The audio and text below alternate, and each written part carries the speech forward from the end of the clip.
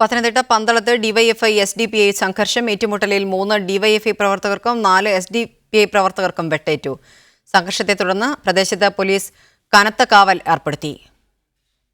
അംഗങ്ങളെ ചേർക്കുന്നത് സംബന്ധിച്ച് ഇരുവിഭാഗങ്ങളും തമ്മിലുള്ള തർക്കം തെരുവ് യുദ്ധത്തിന് വഴിമാറുകയായിരുന്നു.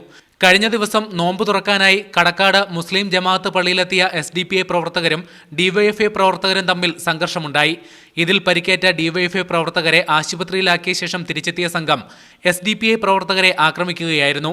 ഡിവൈഎഫ്ഐ ബ്ലോക്ക് സെക്രട്ടറി അടക്കം പരിക്കേറ്റ ആശുപത്രിയിൽ ചികിത്സയിലാണ്. ഇശാ നമസ്കാരത്തിന് വേണ്ടി കടക്കാട് പള്ളിയിലേക്ക് പോകുമ്പോൾ അവിടെ ഒരു ഫ്രൂട്ട്സ് കട താൽക്കാലികമായി തുടങ്ങിയിട്ടുണ്ട്. അത് 2 കൊച്ചു പിള്ളേരാണ് തുടങ്ങിയത്.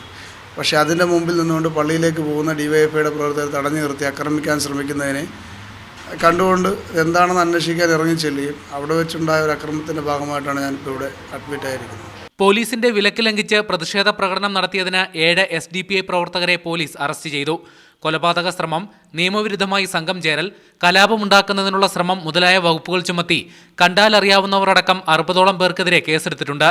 കേസിൽ കൂടുതൽ അറസ്റ്റുണ്ടാകുമെന്ന് പോലീസ് അറിയിച്ചു. മീഡിയ 1 പത്തനംതിട്ട.